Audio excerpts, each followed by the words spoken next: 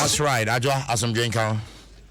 Enka onso kwasi. E bia boko there. Oh, nyame go susura. Now we know style we there above the law and I'm not sure about one. Atari na shemra na sitri no. But chetting na maker and I'm not sure about one. Buza papa bi Rex. Okay. On the year. Oh, okay. Me am papa bi na ye. Na me ne hene. Nkofo ntanto go ne boarding. Mate, nyame ti ase. Somebody birthday, say the weekend birthday. Oh, okay, sure. So I'm in the birthday mood. Oh, okay. Wow. And I'll be preparation in junior my birthday. That's right. And I'm going to be a fan of woman. Obianim so I drink, but your conversation here. Yes, I'm glad I won't cry to one bam. Ghanaian Times the Bokrata, some already home come was a bullion van the moon 7. Yeah, I will posting in for you to have branch. Come. Or say you, ma. Or say you, ma, for you to have say about a business what say. I ask some more. She a branch or come. Police hospital for us say. Woman yamwa. When an penny a di home come. Yeah. Almost rock police hospital. A bit did that stretch as soon as show. A bit of wheelchair. Yeah. Mekai somewhere last year, you rushed me to 37 emergencies. Mekai pa. I just said to me at na wheelchair mu me ahwemede.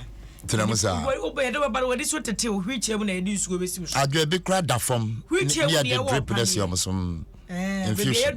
A bit da form. A bit da form. For la general hospital mu jugo mu kosi. Oh baby, I don't put the menya sure say. Mu kosi na park near fanya straight. Menya sure say ma dwen ho. O mu kosi na ka ho bi na ma pressure aba other hospitals so no. La general hospital there menya sure say ma. O mu kosi la general hospital. Na ya yete be la bad ni ebre. Pressure collect maso. Na mo ale ne nkrofo bo wansa ho. Pressure o mbo de. Wansa. Say Sunday so no mo boy oh yeah. Mutual special. Obekoya tumi de security bi ati was a mere mob blocks be 7 bi akogu. Oh. Yasi mo bi anko ho. Yo. Now say no na a World Blood Donation Day. Yeah. Enti mpedifo tufo. So you bi a wo ye donor. Emu hia moja no mo hia bi. Okay. Bowura yaresa bia bi e ben ko twekakra. Na fa. Aja watwe bi da. Moja. Aye. Me match be paying. Okay. I was in secondary school. Oh, okay. If you are mentioning be Adom secondary school. Sir. If you are mentioning be one of these days, me uncle one of the hospitals. You should be more. Why? Now when you're back to send that day. Yeah, oh, there. Which me you when you be as that day. Come on. 2 yeah. Technical University Teachers Association. Exactly. Senra. Omo free. Omo strikers. Yeah. Omo sempeni for no makasa National Labour Commission for. And omo kasa omo de. Omo say omo condition of service. Stone penny for you who wadanti no womo Edward Juma to hold. Jenny addition for no kwa nwiase no motete. E bi so te lecture halls nso bibia enkosom. Daily graphic do bokrata ni na hwemfo niwe. Yeah.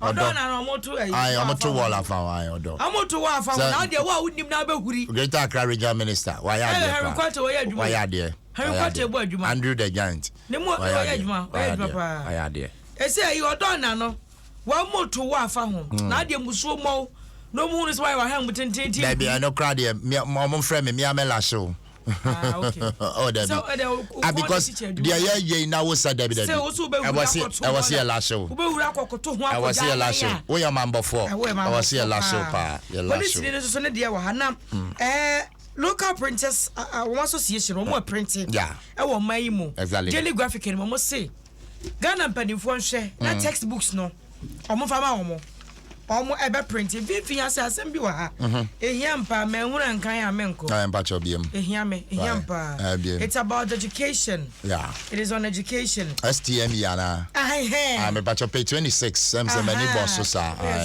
I oko 26 na mpanimfo se sabe ya maburu no eba no betumenya da ache papa nti wo mu ade niam egu akwam na we yeso be de achira boni din say on hwe ngbesu ho nsam so yeah Reverend John Ntimfojo Reverend say abani bone homoden na science technology engineering and mathematics it tell say STM you know wo mu de niam ahudu egu akwam pa no ma hyemu kena na wo se we kwa de bibika ho robotics and artificial intelligence and mechatronics and also tattoo but wo in the form of a competition senior high schools makoma 25 and enkoda de basic schools and so makoma 15 eyi nkoda no mo de abegina right na competition be chiro nyama bebre critical thinking ya communication na yesu yen no kra no mo frase ya je se bebie wadwirim amwa hunu kwa befa so abo obra wo nsa so wo chi adware eti nkura ne da chi wo ngomesua mu no se begina yie eti Deputy Minister for Education Reverend John inti for just what to nkura ne fo ene wo mo a ombeba on say a season we are more ya omo wie na we hwedo obedi kan school obedi kan na ombeko next season na mo so do ho agi mu bi pa sebe ya oba edache ebetuma agina brand aja asemo yam fine no sorry so Pinaman that beautiful small girl very very beautiful kwanu wafo very beautiful kwanu wafa pa na akwa na friend Pinaman beka ye nche be bosumente na ochime se ko bosumente bu ana ni wuo ebeto oja de ba mbaka ne se na o she check o she uniform bi aso ne kon achche ne kon e wo dining hall akura we nkua wuo na online we see 16 we see 17 15 we see 15 we see 14 we see 14 we see 14 na akwa no a student of Miracle Educational Academy JHS e wo sunwan na senior specialist pathologist you work on for no teaching hospital e dia betu dwa ya wo chese akura no enye onu ani wo no wuye really unnatural was it an unnatural death Dr. NSK Ejay I say asphyxia mo fra doctor for no munje chire mai was it ne wo no asphyxia omo dia bracket mu say suffocation okay asa wo mia obi ana wonya home na nam so da wo free mu no and afi okay through hanging until nurse ono so ne de nurse ahoma na so ne kon na mia no ama afi na home ho ye ne den and we free mu nti panifo apapa no ni wo de kofa ba ye ni akwa no mo fo me hu ni fo nya na kra wra ho we free mu ya as well nti daily graphic do bo kwata mane a ono so de aba ene